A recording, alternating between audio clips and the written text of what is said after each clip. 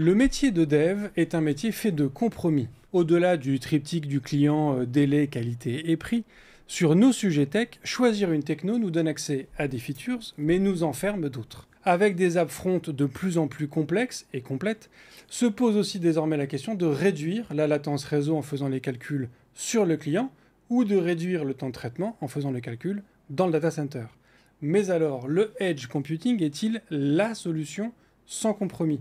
Et si on déploie du code encore ailleurs, est-ce encore une plateforme à supporter? Et surtout, à quel moment le edge ne devient-il pas juste un data center de plus? Pour répondre à ces questions de proximité, je ne reçois pas Catherine Gobel, mais il s'y connaît en calculette. Sacha, bonjour. Salut. Cosa Vostra.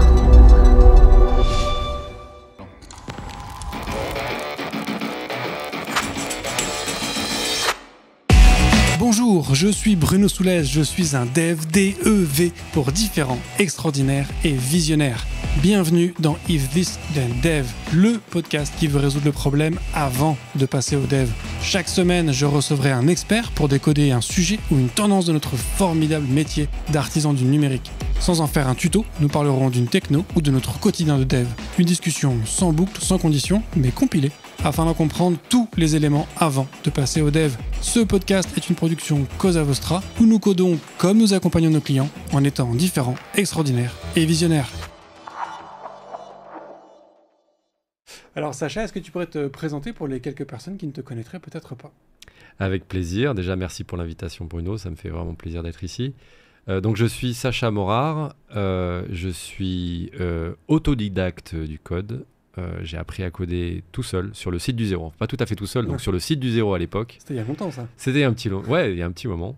Je suis très fier de mettre en avant ce parcours autodidacte parce que ça m'a permis aussi d'en arriver là, je pense. J'ai un parcours très étrange, en tout cas pas habituel. J'ai été d'abord musicien professionnel après avoir eu le bac la deuxième fois au rattrapage. J'ai toujours fait de la musique et du ski. J'habitais dans les Alpes. Okay. Musique, ski, ça résumait ma vie. Donc tout naturellement. C'était pas mal comme vie. Ce qui était dangereux côté ski et dangereux côté musique parce que bon, pour vivre, on va dire correctement, c'est toujours un milieu un peu plus compliqué. Donc me voilà après le bac à vouloir faire de ma passion mon métier, c'est-à-dire la musique. Je suis monté à Paris avec mon groupe dans des chambres de bonne pour vivre de la musique. Ça a tenu 6 ans, c'était super.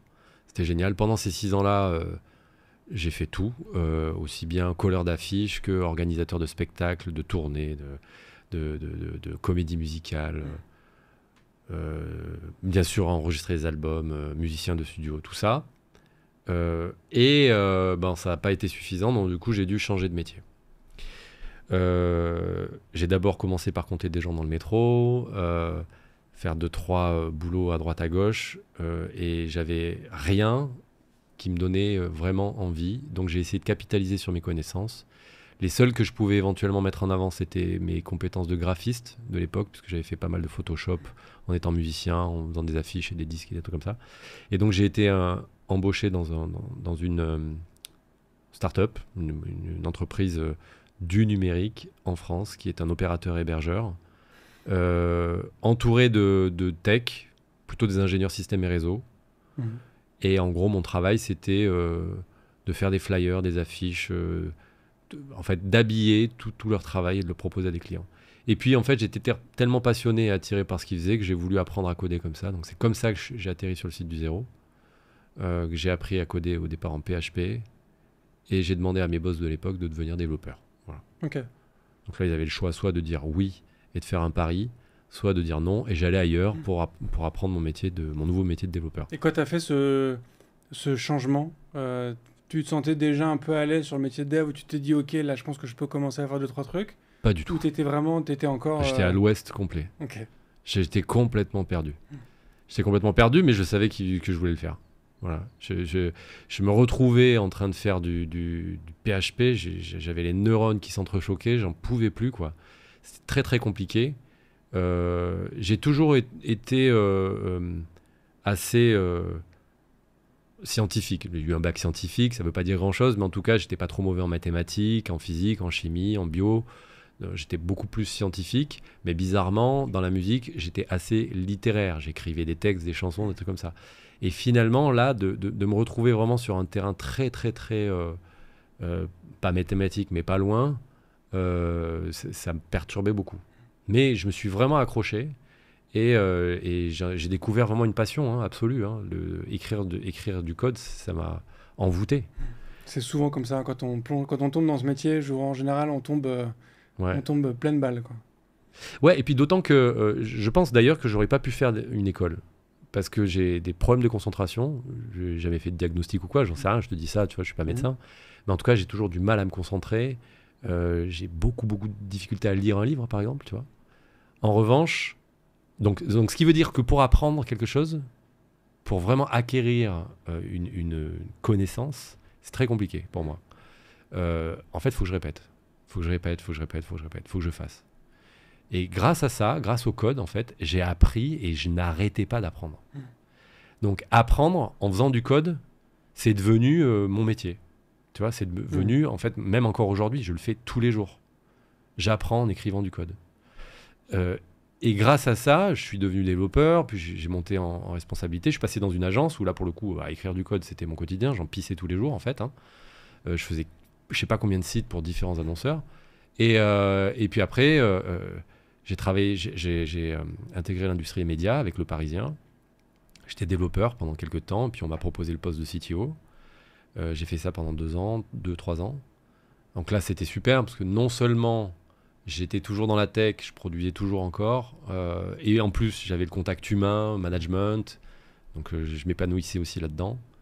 Puis j'ai décidé de quitter Le Parisien pour créer mon entreprise à l'époque, qui s'appelle Nonly, qui est un outil pour poster sur les réseaux sociaux, qui est utilisé par la majeure partie des médias français aujourd'hui.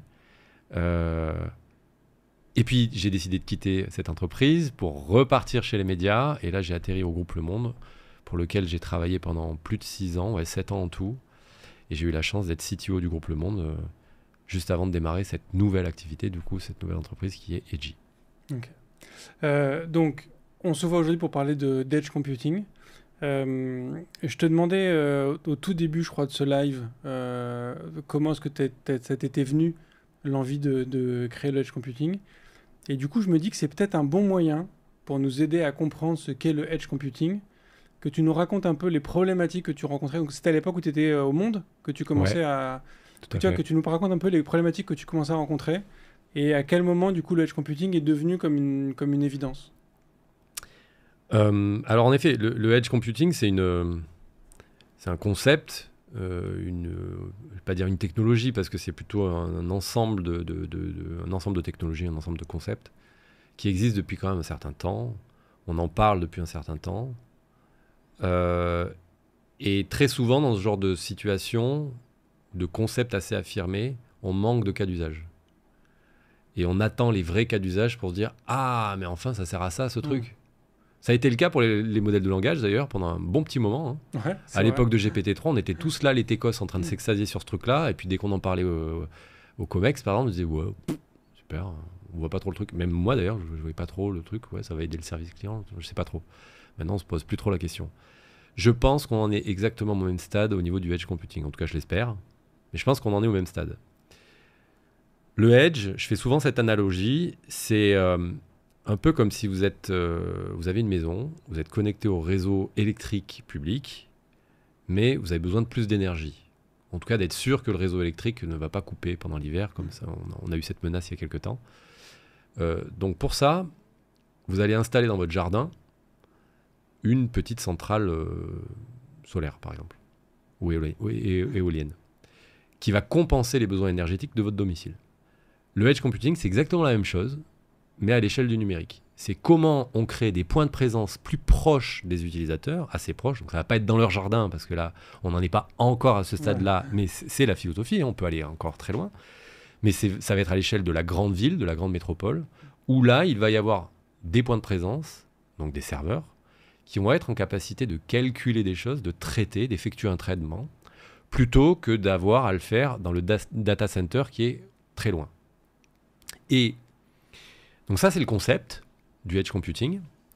Et comment j'en arrive à me dire, ma prochaine boîte, elle va faire du edge computing, Tout simplement parce que quand on est CTO d'un grand groupe média, quand on est CTO tout court, on est confronté à tout un tas de problématiques, évidemment.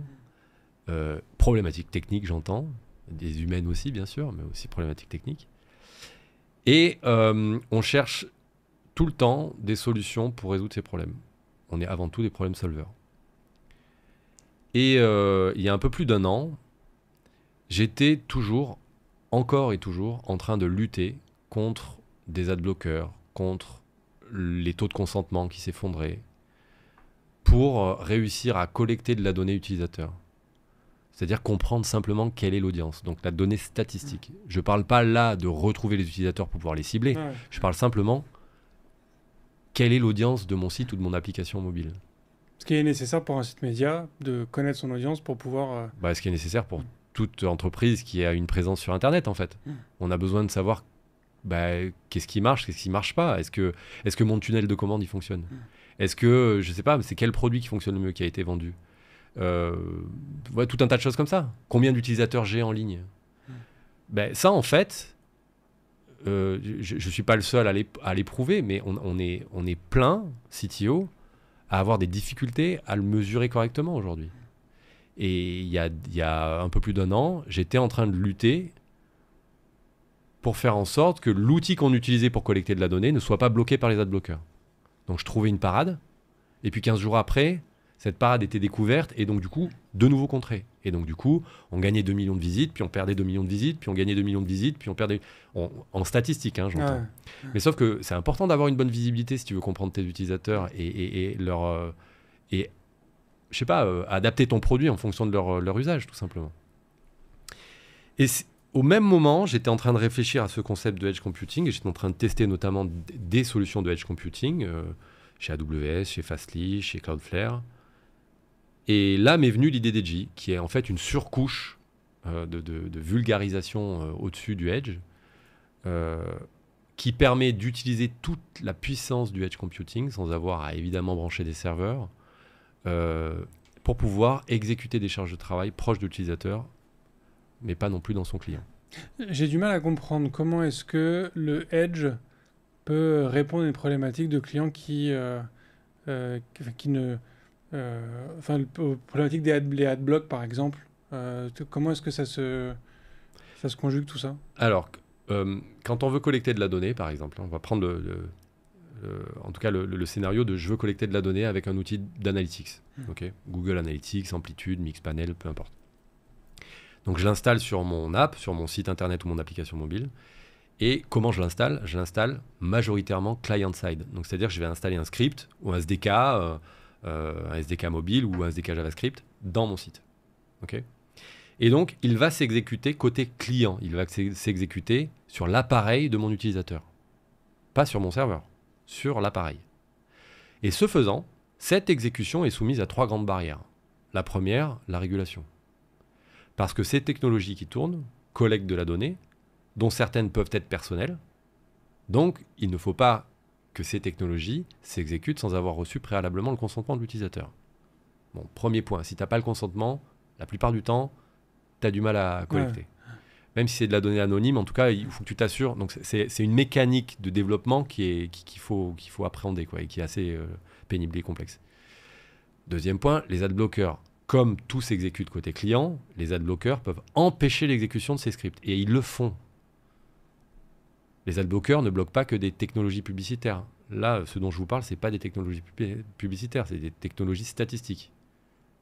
Ça ne nous permet pas de suivre l'utilisateur, en tout cas de le recibler derrière. Mais pour autant, les adblockers, en tout cas l'écosystème autour des adblockers, décide que Amplitude, Mixpanel, par exemple, on va les bloquer. Okay. Donc ils sont bloqués, ils ne peuvent pas s'exécuter dans le navigateur, par exemple. Donc si vous utilisez ce genre d'outils, vous savez que vous perdez tous les gens qui ont un adblocker. Et puis troisième problème, pas des moindres, les problématiques techniques diverses et variées liées au fait que ces technologies se lancent depuis le client. Des problèmes de performance, des problèmes de conflit entre librairies, des problèmes de connectivité, tout un tas de choses en fait.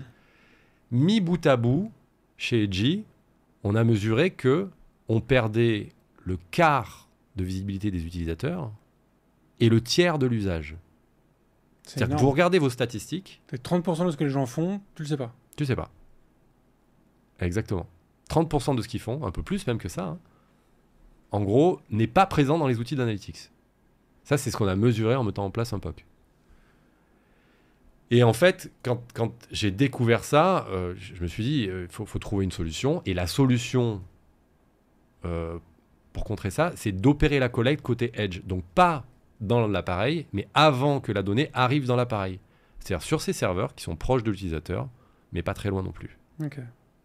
Et comment est-ce que tu peux, de manière, c'est quoi ton taux de fiabilité alors en même temps, peut-être que comme c'est que de l'analytique, parce que le cookie permet à, t'as trois appareils ou trois personnes derrière un routeur, une box SFR, Orange, ce que tu veux, pas SFR parce que mais on va dire Free ou Orange. Est-ce que toi, qui est du coup côté Edge, est-ce que tu peux facilement identifier chacune de ces trois devices ou, Oui, bien sûr. Pour toi, c'est OK. Toutes les informations qui transitent côté Edge sont quasiment exactement les mêmes que ce qui transite côté client, sauf que il y a beaucoup moins, voire zéro moyen d'altérer le comportement d'un script qui va tourner dans le Edge plutôt que dans le client. Okay. Voilà, les adblockers n'ont pas la possibilité d'interagir, en tout cas de bloquer quoi que ce soit. Côté régulation, c'est important. Évidemment, c'est pas parce que c'est côté Edge qu'on est en capacité de collecter de la donnée qu'on n'a pas le droit de collecter. Il faut toujours recueillir le consentement de l'utilisateur si on traite de la donnée personnelle. Bien sûr. Mais si on collecte de la donnée qui n'est pas personnelle, donc PII, qui permet en fait de retrouver l'utilisateur, tout simplement, eh bien dans ce cas-là, il n'y a aucun problème, on peut la collecter. Ça a des fins statistiques. À aucun moment, je vous ai parlé de cookies. Tu vois, à aucun moment, j'ai parlé de cookies. Parce que le cookie, en fait, finalement, c'est un moyen pour pouvoir stocker quelque chose dans le navigateur, enfin dans le client de l'utilisateur, pour en faire quelque chose. Mais donc, chez Edge, on utilise des cookies. C'est pas le problème. Mais en revanche, c'est le traitement des données qui est opéré côté Edge Computing et pas altérable. Ok. Donc, par exemple, le script, le JS d'un Google Analytics, tu l'exécutes dans le Edge. Ouais. Donc, sur un data center, enfin sur un serveur distant, mais proche quand même du client. Ouais. Est-ce que tu peux réussir à me... J'ai du mal à voir le... C'est-à-dire que tout ce que je fais moi sur mon device passe en fait par cet environnement virtuel où s'exécute le script avant de revenir vers toi. Comment ça se... J'ai du mal à percevoir le truc en fait. Parce que peut-être que je ne sais pas comment fonctionne suffisamment bien le script Google. Il y a peut-être ça aussi comme problème. Mais j'espère du coup pouvoir le mieux comprendre grâce à toi. Parce que de ma perception, le script Google du coup va créer un ensemble d'événements et de listeners sur la page que j'ai exécutée. Et dès que je fais une action, en fait, il va pouvoir envoyer au serveur de Google moi, tel utilisateur, j'ai fait telle action sur telle page, à tel endroit, exact. à tel timestamp. Comment est-ce que du coup j'arrive pas à voir comment ça se gère à distance en fait ça. Alors, faut comprendre comment fonctionne le HTTP pour ça. Quand tu requêtes on va prendre l'exemple d'un site web, hein, c'est un tout petit peu plus simple à expliquer qu'une application mobile, même si c'est très comparable. Donc lorsqu'on demande une page web d'un site, on tape l'URL dans la barre d'adresse et on appuie sur Entrée. Au moment où on appuie sur Entrée, il y a une requête HTTP qui est envoyée sur un serveur, sur une destination. Okay.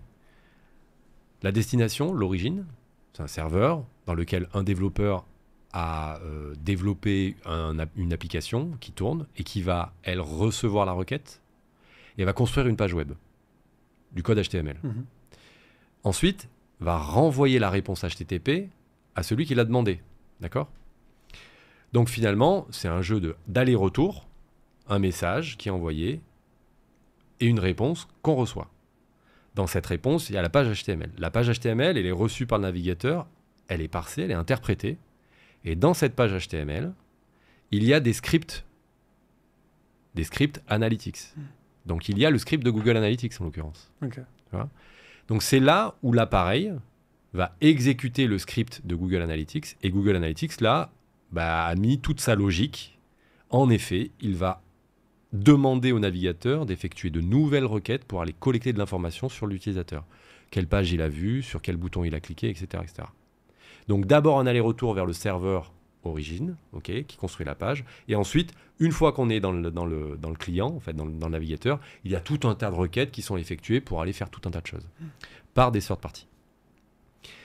Du coup, avec Edgy, ce qu'on fait, c'est que d'abord, la requête, elle est envoyée chez Edgy, qui s'installe comme un CDN, finalement. Ok. Donc, qui est finalement un intermédiaire, une passerelle entre le client et le serveur sur lequel le programme est installé, le serveur du développeur. Donc, Edgy reçoit la requête et la transmet directement au serveur origine. Là, pareil, le serveur origine construit la page HTML, sauf que là, le développeur, il a une nouvelle librairie, il n'a plus Google Analytics à développer, à maîtriser, quoi. Il installe la librairie d'Edgy, et du coup, il renvoie la réponse à Edgy. Edgy réceptionne cette réponse, mais là, le développeur lui a donné des instructions. Et c'est là, à cet endroit-là, alors que finalement la page n'est toujours pas arrivée dans le navigateur, que Edgy va opérer la collecte et l'orchestration de la collecte au travers des différents third-party providers. Donc on est toujours sur la couche réseau, là, et sur la première requête. C'est ce qui change radicalement dans notre approche, c'est qu'en fait, ça, c'est complètement innovant. On le fait vraiment sur la couche réseau de la première requête. Ensuite, on nettoie la page et on la renvoie au client, à l'utilisateur. Et du coup, quand la page arrive côté utilisateur, il n'y a plus rien à faire. Le navigateur n'a plus rien à faire. Mais du coup, tous les événements, parce que sur Google Analytics, tu peux te créer un ensemble d'événements sur tel bouton, ça déclenche un événement pour que tu enregistres l'action et que tu puisses faire ton tunnel proprement et savoir un peu à quel moment les gens ont plus ou moins disparu de ton tunnel. Comment est-ce que cette création d'événements et l'envoi de l'information comme quoi l'événement a eu lieu, ça, tu peux pas le... Si, Edgy, bien évidemment, est fait pour ça. Mais il faut savoir que à peu près 90% des événements sont collectables côté Edge. Ok. Même entre 90 et 95%. Mais c'est un événement qui se déclenche quand tu as une action de l'utilisateur? Bah oui, quand tu visites une page, tu vois, en l'occurrence. Mais ça, je te parle du coup, 90-95% des événements sont collectables côté Edge. Donc là, c'est surtout de la page vue, de la session, de l'utilisateur unique ou l'arrivée sur une page de confirmation de commande, tu vois, ce genre de choses. En revanche, il y a des interactions clients qui ne sont mesurables que côté client. Donc, je clique sur un bouton, la profondeur de scroll, le temps de visite, tout ce genre de choses. Donc, c'est pourquoi on demande aux développeurs d'intégrer la librairie d'Edgy directement dans son code pour qu'au final, elle se retrouve dans le navigateur. Elle ne fait rien 90% du temps. Et les 10% restants, en fait, c'est là où elle intervient. Mais comme elle est en discussion vraiment simultanée et en temps réel avec le Edge, c'est le Edge qui contrôle exactement ce que cette librairie est capable de faire. Voilà, ce qui permet notamment de contrer tous les bloqueurs qu'on a eu jusqu'alors. Voilà. Est-ce que tu vois déjà le moyen... Tu vois, tu disais tout à l'heure que quand tu fais un contournement d'un truc d'adblock, tu gagnes 2 millions de visiteurs, puis 2 semaines après, ils t'ont contourné, enfin du coup, tu repères 2 millions. Est-ce que là, c'est toi qui essaies d'être un pas en avant? Est-ce que du coup, tu vois quelle est la prochaine étape des adblocks qu'ils pourraient faire pour te bloquer toi? Et tu es en train de préparer le coup d'après? Ou est-ce que... Alors, évidemment que c'est une question que je me pose peut-être plus tous les jours maintenant, mais très très très souvent. Je ne répondrai pas à cette question parce que sinon je vais leur donner beaucoup d'idées. Je ne sais pas s'il y a beaucoup de concepteurs d'adblock qui écoutent ce podcast. Mais non, mais probablement. Les adblocks, c'est des listes open source. Hein, donc en fait, n'importe qui peut contribuer aux listes de blocage des adblocks. Mais en tout cas, ce qui est sûr, c'est qu'à l'heure où je vous parle, cette stratégie que j'ai mise en place au monde, ça fait déjà plus de 2 ans, elle est toujours en place, elle fonctionne très bien. Voilà. Et elle n'est pas adbloquée. Voilà. Ça ne veut pas dire qu'il n'y a pas des contournements. Et avec Edgy, on est même allé encore plus loin, beaucoup plus loin. Et ça ne veut pas dire qu'on n'aura pas des difficultés, mais en tout cas, on s'y prépare. Canon. Tu parlais aussi tout à l'heure de nettoyer la page. C'est-à-dire qu'une fois qu'elle est exécutée, notamment le script de Google et d'autres, va faire un ensemble de modifications que tu rollback pour envoyer une page propre ou qu'est-ce que en fait, pour l'analytics, tous les scripts qui sont habituellement installés en JavaScript dans la page sont désormais installés dans le Edge en WebAssembly Component. Donc, c'est pas tout à fait la même chose. C'est vraiment du langage, c'est du bytecode, le WebAssembly Component, mais sauf qu'on a je sais pas si tu connais le WebAssembly, mais le WebAssembly, c'est une super promesse. Ça permet... tu peux l'écrire à partir d'un n'importe quel langage, en théorie. Donc si tu fais du Python, ou du Go, ou du Rust, ou peu importe, tu vas pouvoir compiler ton code en WebAssembly. Et du coup, le faire tourner sur des runtime WebAssembly. Donc Edgy est vraiment fabriqué là-dessus. Edgy, c'est un runtime de WebAssembly, et par-dessus, on a tout un tas de composants WebAssembly qui viennent s'intégrer, et donc c'est ça, les intégrations des analytics.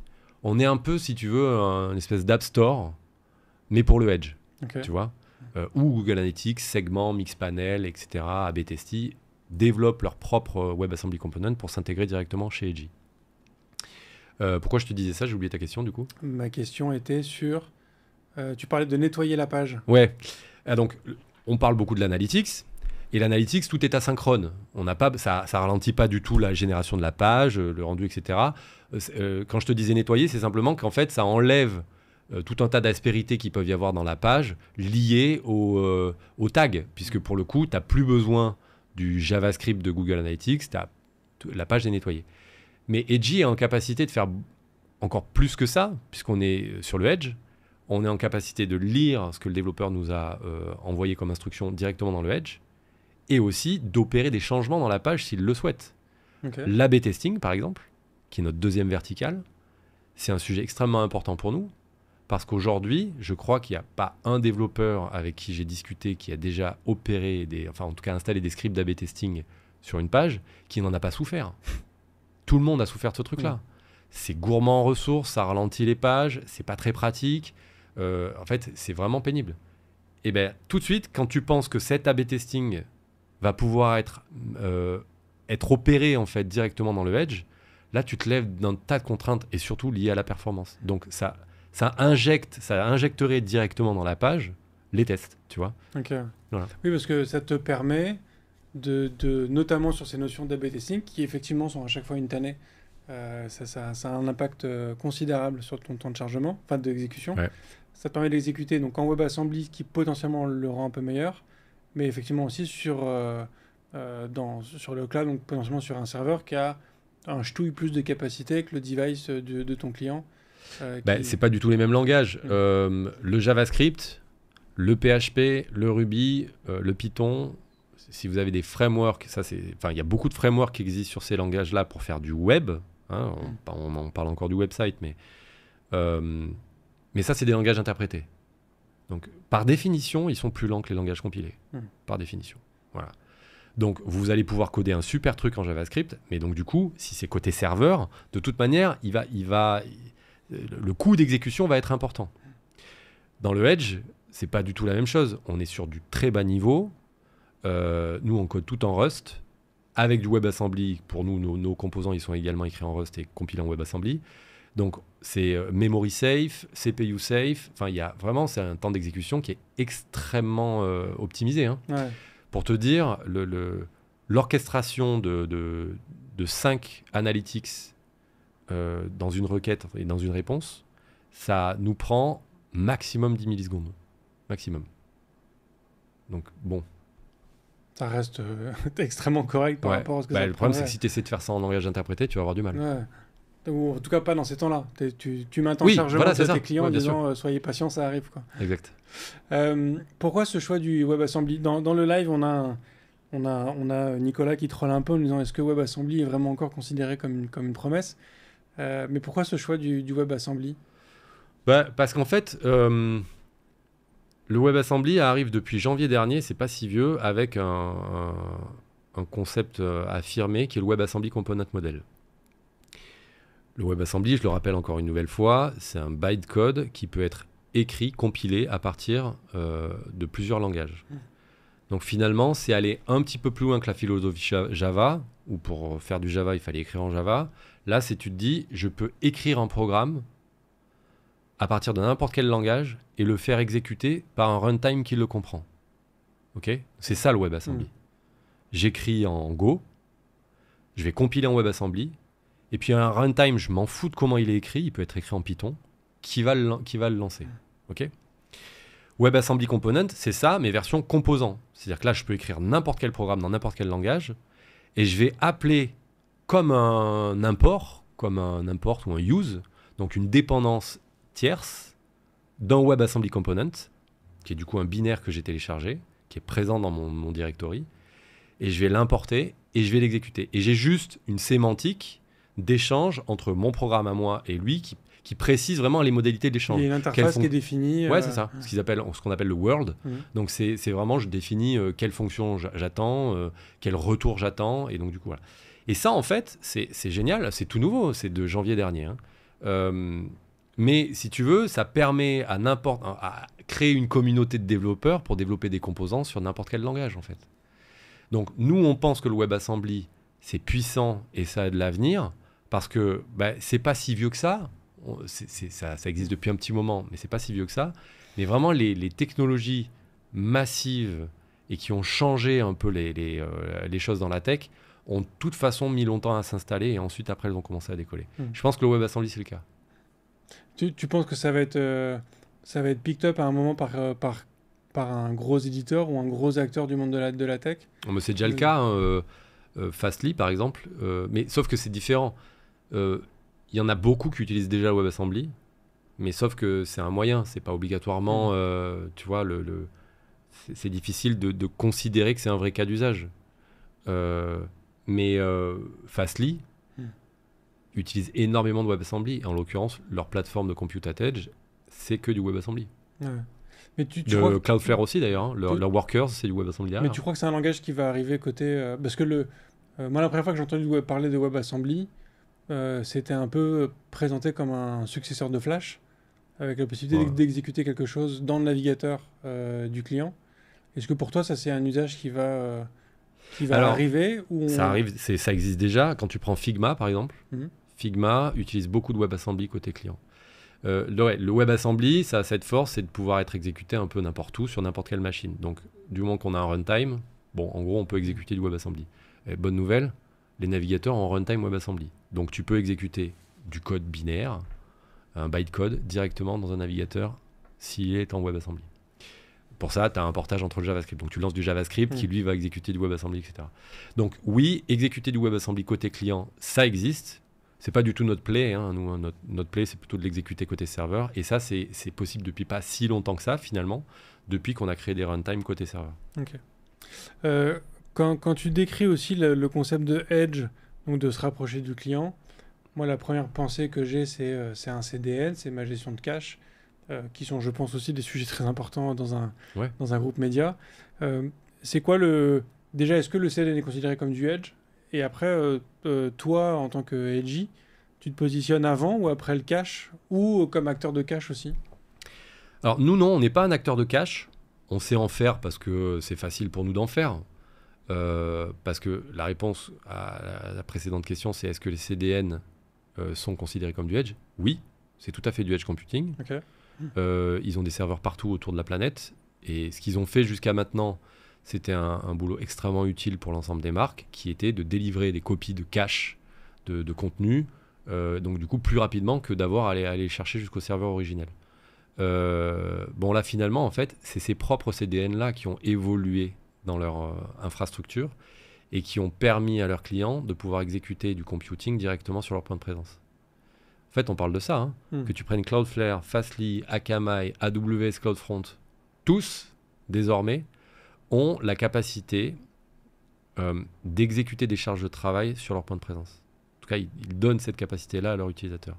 Si tu fais du Cloudflare Workers, par exemple, tu as l'équivalent chez Akamai aussi, avec des fonctions que tu peux faire tourner directement sur leur Edge. Chez AWS, pareil. Évidemment, on a connu les Lambda at Edge, tout ça, c'est des fonctions qui sont exécutées sur énormément de points de présence sur leur Edge. Pareil chez Fastly. Mais en fait, c'est ces plateformes-là qui sont en train de se diversifier et vraiment de créer des technologies sur lesquelles on peut utiliser le Edge Computing. Okay. Voilà. Moi, je suis une couche d'abstraction au-dessus. Edgy, c'est une couche d'abstraction sur ces plateformes de Edge. D'accord. Donc, en fait, le moment d'exécution de Edgy, c'est après toutes ces plateformes de CDN et autres? Non, ça dépend en fait. Ça peut être le premier point d'entrée. Parce que là, pour le coup, ça voudrait dire que tu vas distribuer tous les calculs de computing autour de la planète. C'est très scalable, c'est super. Et ensuite, derrière, tu as un rebond vers le cache, donc un CDN éventuellement qui ne fait que du cache, ou un CDN que tu vas utiliser que pour faire du cache. On peut être après. On peut même être encore après sur le serveur de l'utilisateur, parce qu'un des points majeurs et très importants qu'il me faut clarifier tout de suite, c'est que Edgy est une plateforme open source. Donc c'est-à-dire que tu peux tout à fait décider de l'installer en service managé. Donc c'est-à-dire on fait tout, c'est en serverless, il n'y a pas de problème, ça fonctionne. Mais si tu veux l'installer sur tes propres serveurs, tu peux le faire. Alors tu auras moins, évidemment, notre capacité à scaler et à être extrêmement résilient sur plus de 100 points de présence dans le monde entier, etc. Énormément de bandes passantes disponibles. Mais si tu veux le faire et le mettre sur ton Ingress Controller Kubernetes, bah, tu peux le faire. Ok. Voilà.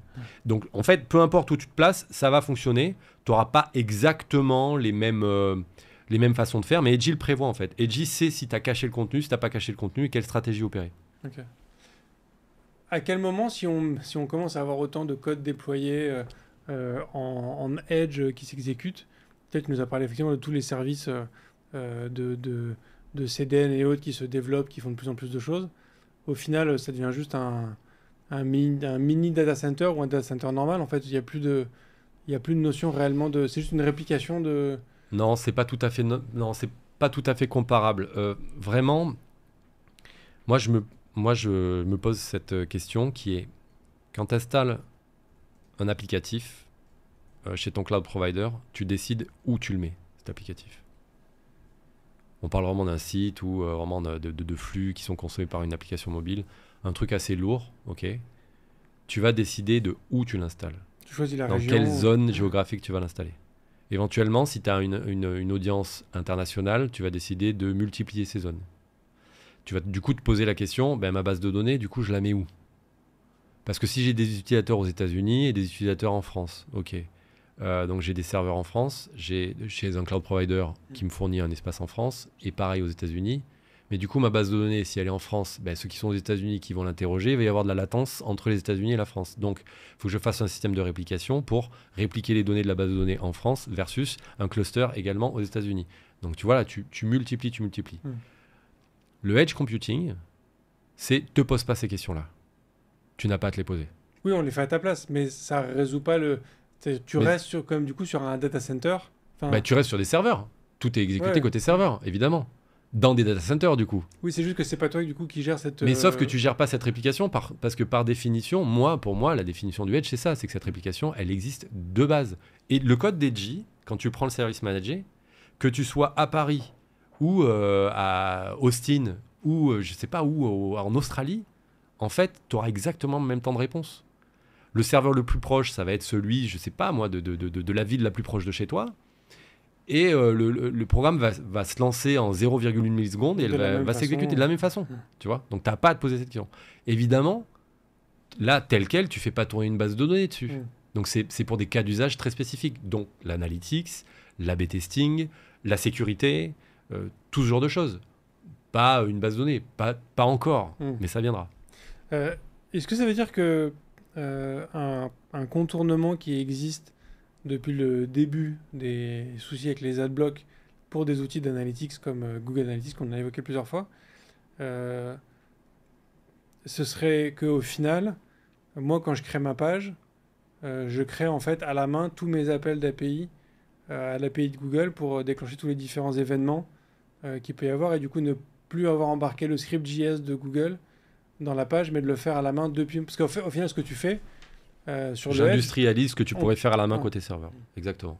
Bon, sachant que si moi je le fais à la main chez moi, ça veut dire que dès que Google fait une mise à jour de son API, il faut que je fasse une mise à jour de toute ma codebase et compagnie. Donc on imagine tous les problèmes qu'il y a. Mais ça veut dire que le simple fait de... Simple, avec des gros guillemets, c'est aussi un moyen de contourner les adblocks, c'est de le faire à la main. Ah, tout à fait. D'ailleurs, la grande majorité des solutions d'analytics, je pense à Amplitude, à PostHog, tous les trucs assez tendances qui font du super boulot, te proposent des interfaces d'échange serveur to serveur. Donc, c'est-à-dire que tu peux installer leur technologie directement sur tes propres serveurs pour les faire tourner. Donc, ce qui veut dire brancher la librairie sur ton langage, qui est souvent un langage interprété, du coup, ça va pas avoir un temps d'exécution un peu compliqué, interroger leur API, etc., etc. Donc, si tu veux collecter de la page vue, pas côté client, côté serveur, tu peux le faire, tu intègres cette librairie sur ton code et en gros, tu le fais. Bon, tu as deux problèmes. Déjà, la maintenabilité, bien sûr, parce qu'en effet, si ça va évoluer, c'est côté serveur, donc c'est un petit peu plus compliqué à maintenir. Deuxième point, les robots.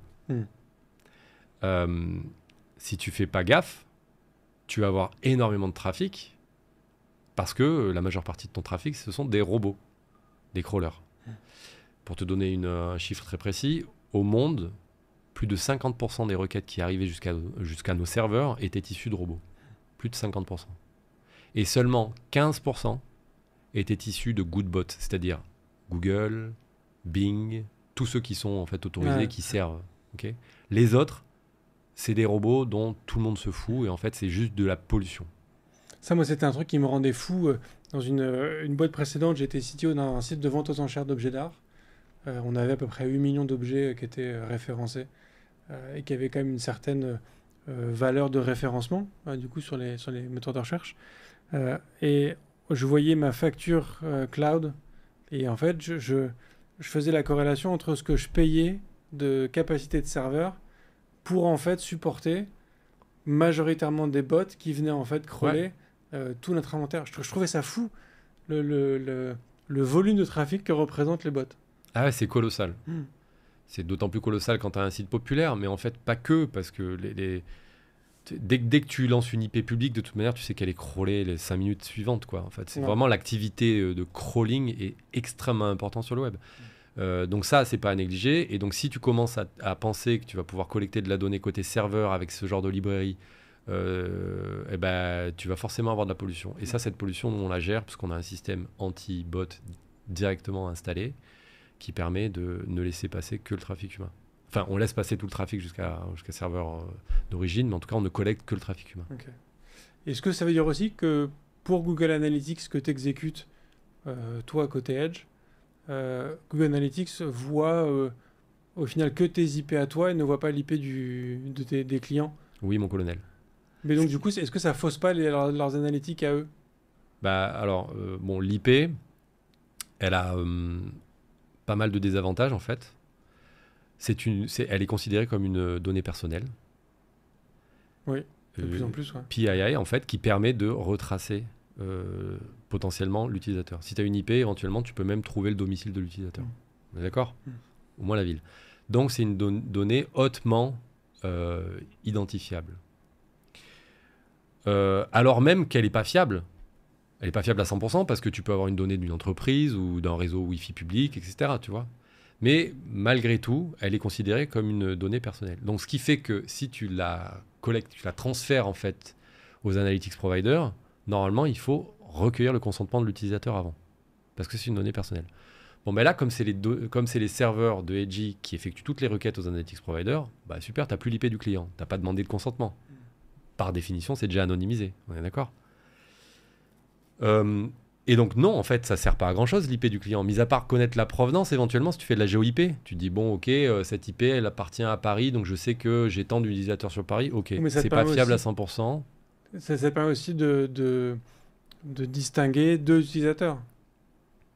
Ah oui, mais dans ce cas-là, il faut que tu aies le... Non, mais distinguer deux utilisateurs, c'est autre chose. Tu n'as pas besoin de l'IP pour le faire. Mais du coup, toi, tu le fais comment pour distinguer... Enfin, comment est-ce que tu transmets l'information à Google que cette page vue à 14h22, enfin, tu vois que ça, c'est le tunnel d'une personne et que ça, c'est le tunnel d'une autre personne? Parce que, en fait, on est un espèce de sas de décompression, nous. On reçoit toutes les requêtes et les réponses provenant des utilisateurs.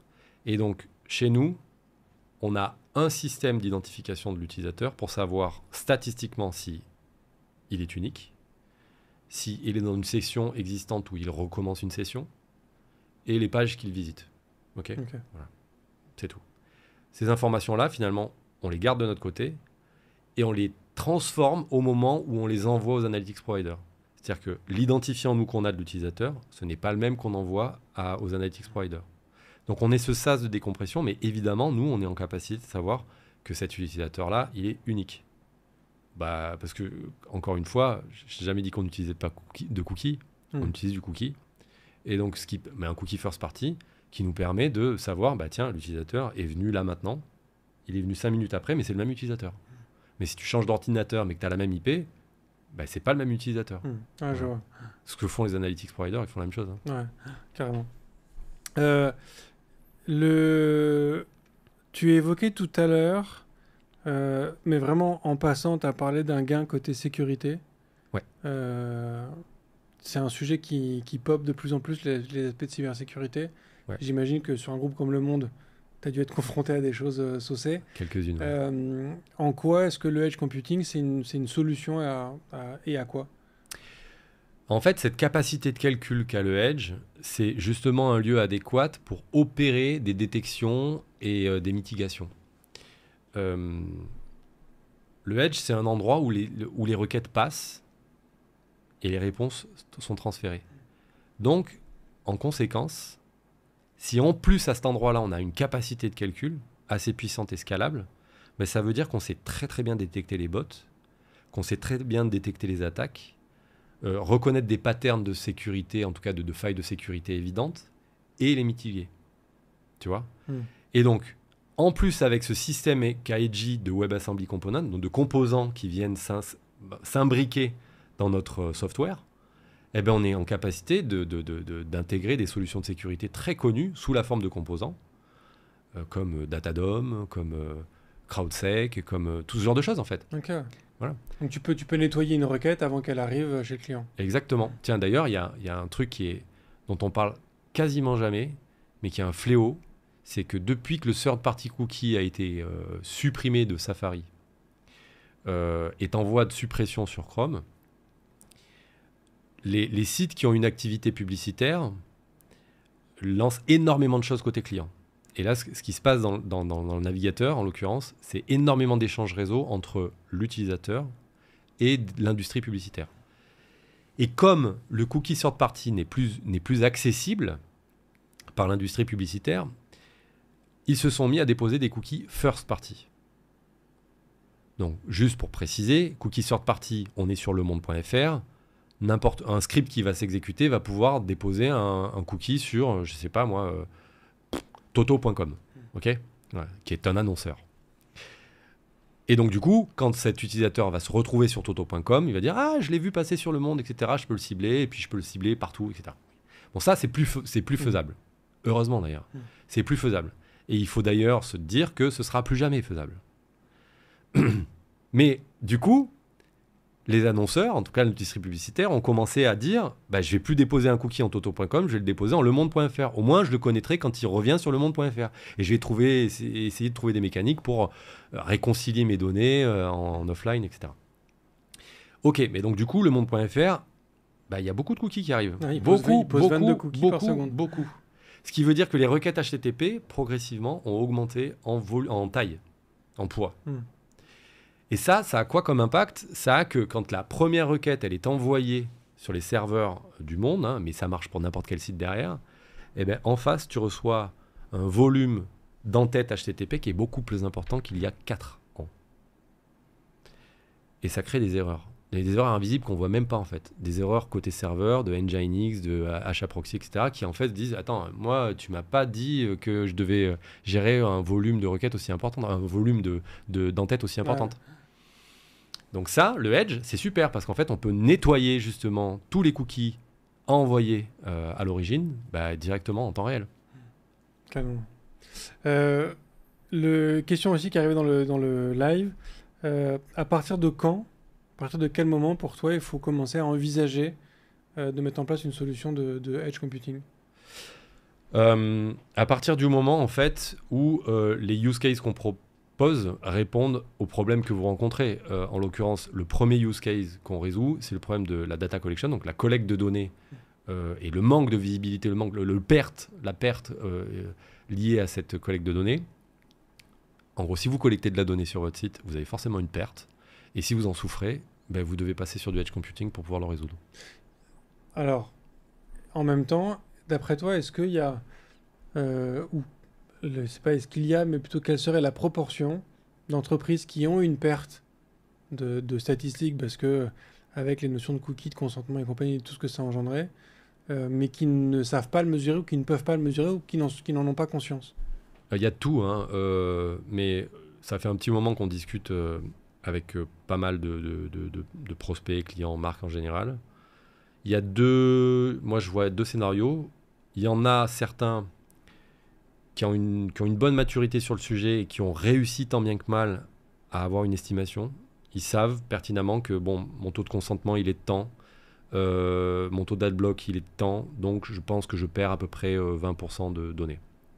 Ils vont nous dire des choses comme ça, par exemple. Ça dépend des secteurs aussi, il y en a qui sont plus élevés que ça et qui vont nous le dire parce qu'ils sont dans le gaming et il y a plus d'adblock dans le gaming ou ce genre de choses. Ça, je dirais, c'est à peu près, allez, 30% des gens avec qui on discute, qui ont cette faculté de pouvoir au moins estimer. Les autres, je dirais que la grande majorité d'entre eux, 90% d'entre eux, savent qu'ils ont un problème, mais ne savent pas te dire combien. Parce que par définition, c'est hyper difficile de mesurer quelque chose que tu n'as pas. Parce que le seul moyen de le faire, c'est quoi? C'est tu compiles tes logs, tu retires mais même pas, tout parce le trafic que qui vient des bots. Comment tu fais? Ouais, tu repères les quelques IP de Google. Ça c'est rien, c'est rien ça comme volume. Oui, c'est un pouillème des bots. Ouais. Tu auras plein d'IP provenant de data centers, certes, mais tu pourras les enlever. Après, tu auras des IP de Wi-Fi public qui te crawlent. Enfin, le volume de crawl, c'est hallucinant. Hein, Oui, c'est un tu auras des botnets installés dans des laptops, tu vois. À quel point est-ce que ça te fait exploser aussi ta facture de hosting, tout simplement? De quoi? D'envisager du edge computing. Ça te fait pas exploser pas du tout. Bon, déjà parce que nous on est open source, donc si tu veux que ce soit gratuit, c'est gratuit. Tu auras forcément quelque chose à payer, hein. C'est les humains qui vont l'installer et le maintenir, hein. Faut pas se leurrer.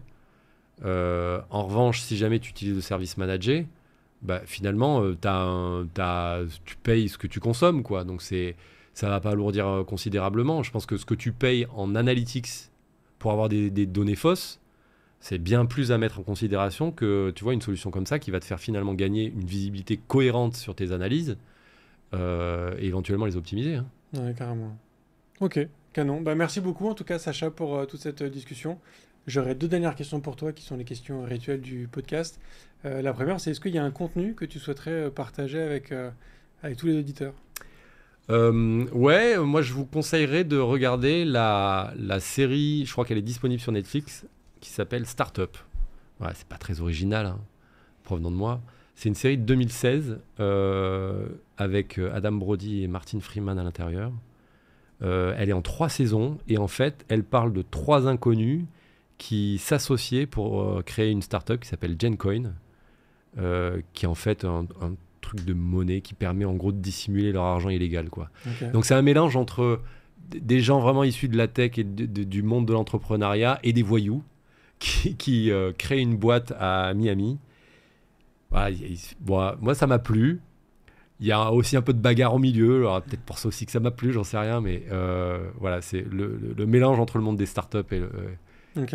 Et, ouais. Ça reste quand même assez proche de l'univers de startup ou c'est vraiment un truc de gangster Non, il y a plein de trucs. Il y a d'ailleurs une phrase que je retiens d'un mec, j'ai oublié son nom dans la série, qui dit innover, c'est pas être le meilleur, c'est être le premier.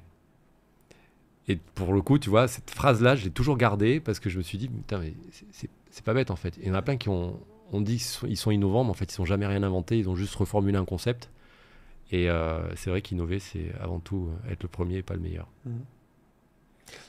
Top. Et du coup, la dernière question, qui est la question la plus importante de ce podcast, est-ce que tu es plutôt espace ou tabulation? Question stratégique, très sensible, auquel j'aurais pas de réponse. Okay. Parce qu'en fait, je ne sais même pas comment j'ai réglé mon IDE pour ça. Si, en fait, ça dépend d'un langage. En l'occurrence, généralement, je m'adapte aux guidelines, quoi, aux bonnes pratiques en fonction des langages. Compliqué, hein. Parce que toi, tu n'indentes pas ton code tout seul? Il n'y a aucun moment où tu te retrouves toi-même à... Si, généralement, je le fais avec des tabs. Ok. Si. Alors, si c'est ça la question, mais après, mes tabs peuvent être transformés en espace. Oui, par ta CI ou voilà, ça, ce sont des choses qui arrivent. Non, mais moi, machinalement, c'est toujours le tab. Ok, très C'était bien. Ça la question. Okay. C'était ça la question. Ça va, c'est pas très compliqué, alors. Merci beaucoup, Sacha. Merci à toi, Bruno. Et merci à tous d'avoir écouté du coup cet épisode. J'espère que ça vous a donné envie de vous intéresser à ce edge computing, de vous intéresser aussi à tous ces sujets, notamment de sécurité qu'on a évoqués. On a parlé des détails sur HTTP2, donc bref, plein de sujets. Je vous remercie beaucoup de partager ce podcast autour de vous. N'hésitez pas à aller faire un tour sur le Tipeee en description de cet épisode pour aussi contribuer à ce podcast sur la fin d'année. Toute aide est la bienvenue pour continuer à faire tout ce qu'on fait et réussir à faire tout ce qu'on a envie de faire. Je vous remercie beaucoup, je vous donne rendez-vous la semaine prochaine et d'ici là, codez bien. Merci d'avoir écouté cet épisode de If This Then Dev et merci à toute mon équipe de Cosa Vostra à la production de cet épisode. Merci aussi à Alan, Ada, Linus, Bill, Steve et Steve de nous avoir ramenés jusqu'ici. Si ce podcast vous a plu, committez-vous en vous abonnant, déployez-le autour de vous et vous pouvez aussi nous faire une petite code review en nous laissant 5 étoiles sur votre plateforme de podcast préférée. La conversation continue bien sûr avec vous sur Twitter, LinkedIn, Facebook, Instagram, chacun sa techno, @ifthisdendev ou @bibir, B-I-B-E-A-R. Vous retrouverez aussi tous nos épisodes sur notre site ifttd.io. Et enfin, si vous avez besoin d'une agence pour vous accompagner ou si vous souhaitez rejoindre une équipe tech passionnée et passionnante, écrivez-moi sur bruno@cosavostra.com. Merci à tous.